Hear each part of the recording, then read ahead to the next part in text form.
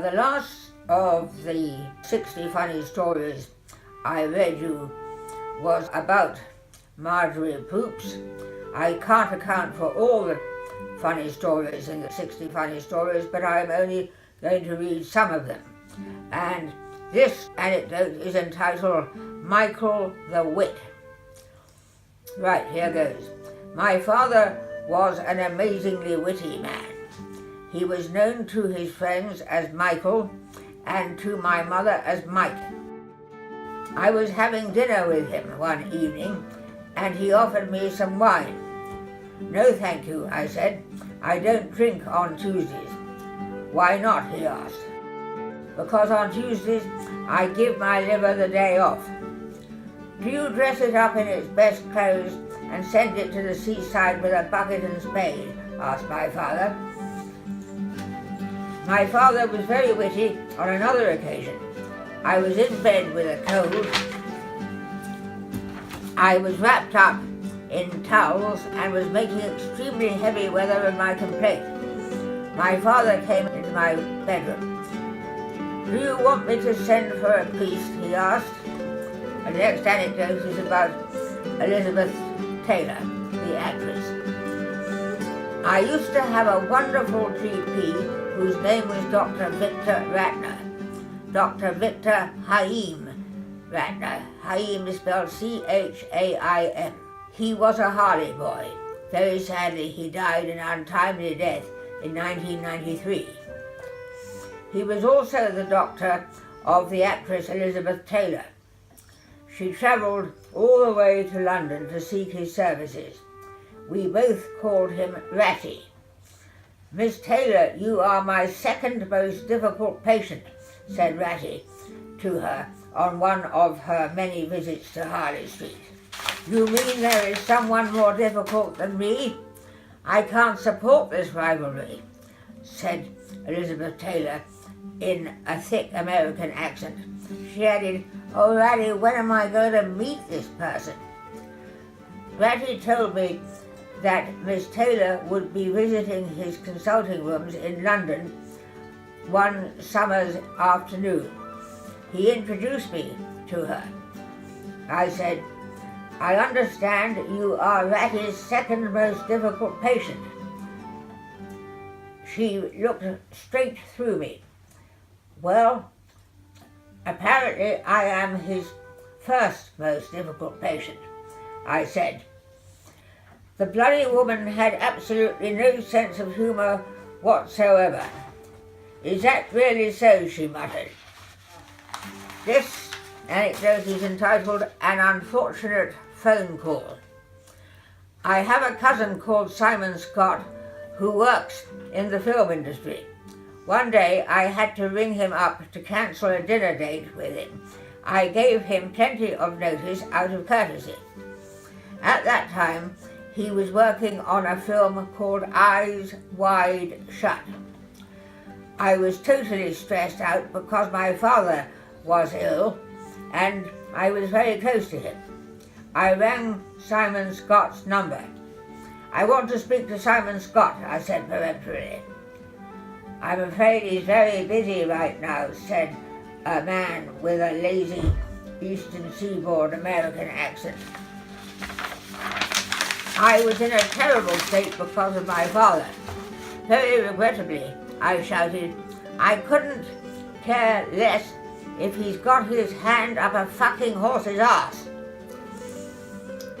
The American repeated his words, this time in an extremely irritated tone of voice.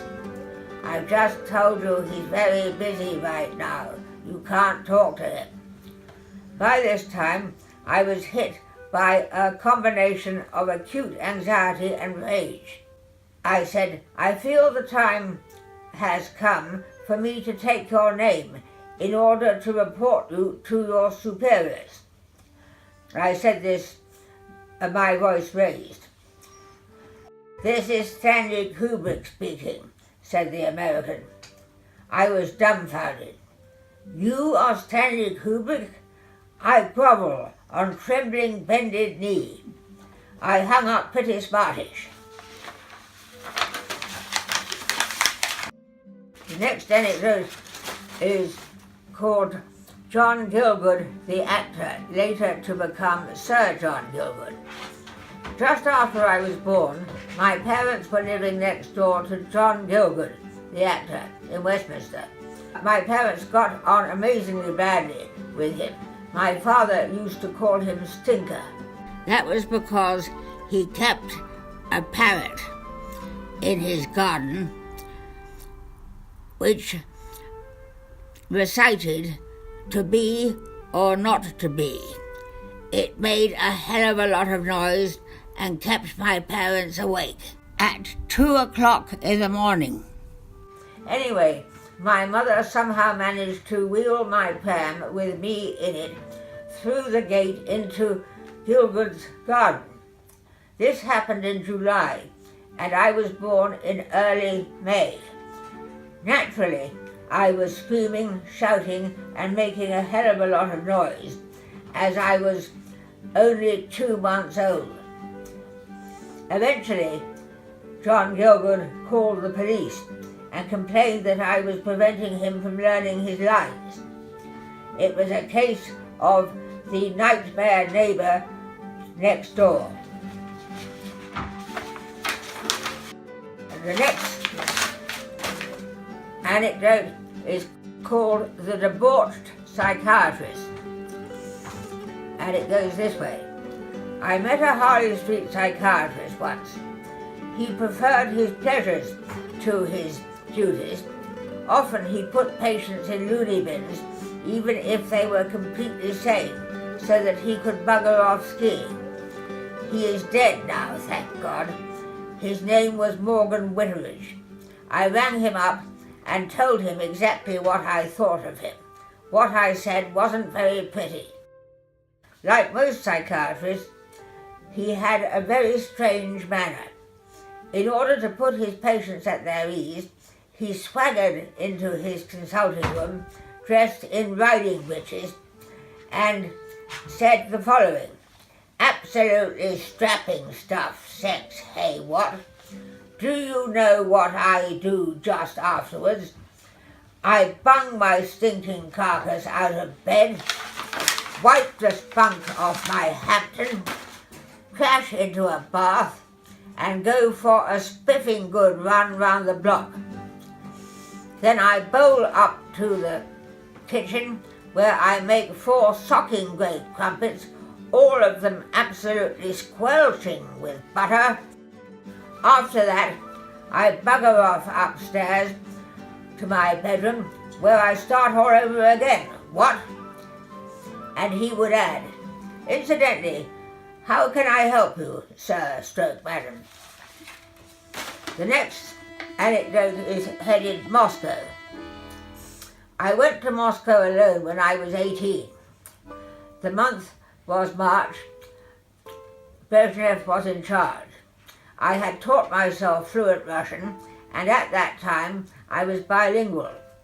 I was fascinated by Russian literature and indeed all things Russian. I went to Moscow in order to meet Russians. I walked across Red Square to visit Lenin's tomb. It was pouring with rain. I had on a leopard skin raincoat and thigh-high patent black boots. I was soaking wet, so I went up to the policeman outside Lenin's tomb and said the following in my best Russian: "I'm sorry to bother you, comrade. I have come all the way from London to see Vladimir Ilyich. Lenin is known as Vladimir Ilyich by communist diehards in Russia." I added, "I am a member of the British Communist Party, and the queue to get into the mausoleum is really very long. One of my many doctors in London has advised me not to stand about in the rain because I have a very delicate chest. Will you please be very kind and let me go to the head of the queue, comrade?" The policeman was singularly bad-tempered. He was about 5'8" tall and had bad acne. He shouted, "Ottered, Ottered, Rada Christi," which means, "Go to the end of the queue for Christ's sake." I didn't argue with him because I was in someone else's country. I went to the end of the queue and eventually I saw the old stiff. I woke up the next morning with bronchitis. On another matter, I had been warned never to speak to anyone outside my hotel room late at night. This was because certain men had a tendency to invite foreigners to parties, give them spiked drinks, and photograph them in sexually compromising situations. I longed to be approached.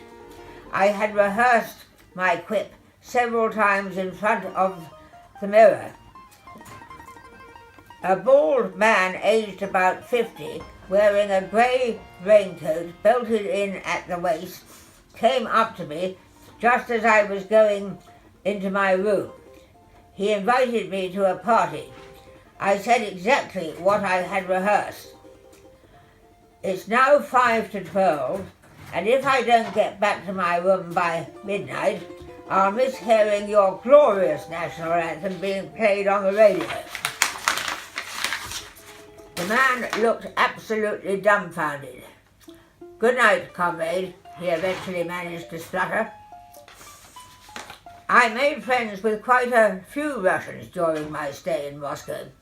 Among them were 2 oversexed students the same age as me. They came from the Black Sea and were visiting the capital. I met them in the bar of the Hotel Russia in Stenka Razin Street. They spent about 2 hours trying to persuade me to receive them in my bedroom and to conceive the sons they both wanted. Eventually, I got bored with them. Over and over again, I tried to explain that there was a babushka, or grandmother, who sat in every corridor to make sure that Russians didn't go into foreigners' rooms. They went on and on and on, trying to persuade me to let them go into my bedroom. They were like a couple of fucking 3-year-old boys. Incidentally, I chatted up the babushka who sat near my room. I practiced my Russian on her, and she was really quite friendly. She asked me where I came from, and I told her I was from London. She said her daughter was learning English, and she asked me when I was going home. I said that unfortunately I was going home the following morning. She replied, "There is nothing unfortunate about going back to one's motherland," and she said this very sternly. Finally, I was minding my own business and having black bread and lemon tea for breakfast in the hotel dining room the following morning. A good-looking man, aged about 30, sat down opposite me.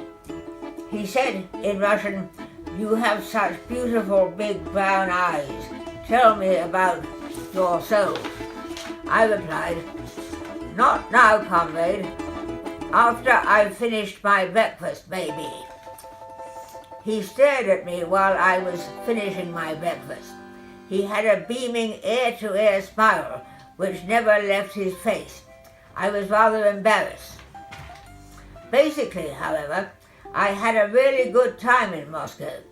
It was particularly exciting as it was during the Cold War and everyone went about cloak and dagger. My mother did not do as well as I did when she was visiting Russia, years before I was born. Stalin was in charge when she went to Russia. Firstly, she travelled on the Trans-Siberian Railway. She had a very loud, shrill voice and commented adversely on the monotonous passing step plans. She exclaimed, "God, this is such an ugly country." Can you beat the phenomenal ugliness of this country? She travelled with others to Vladivostok. Once she arrived at Vladivostok, she had a man shot. Can't remember the details. Mind you, if a man is shot dead in Stalin's Russia, he hasn't got much to live for anyway. Do enjoy your read.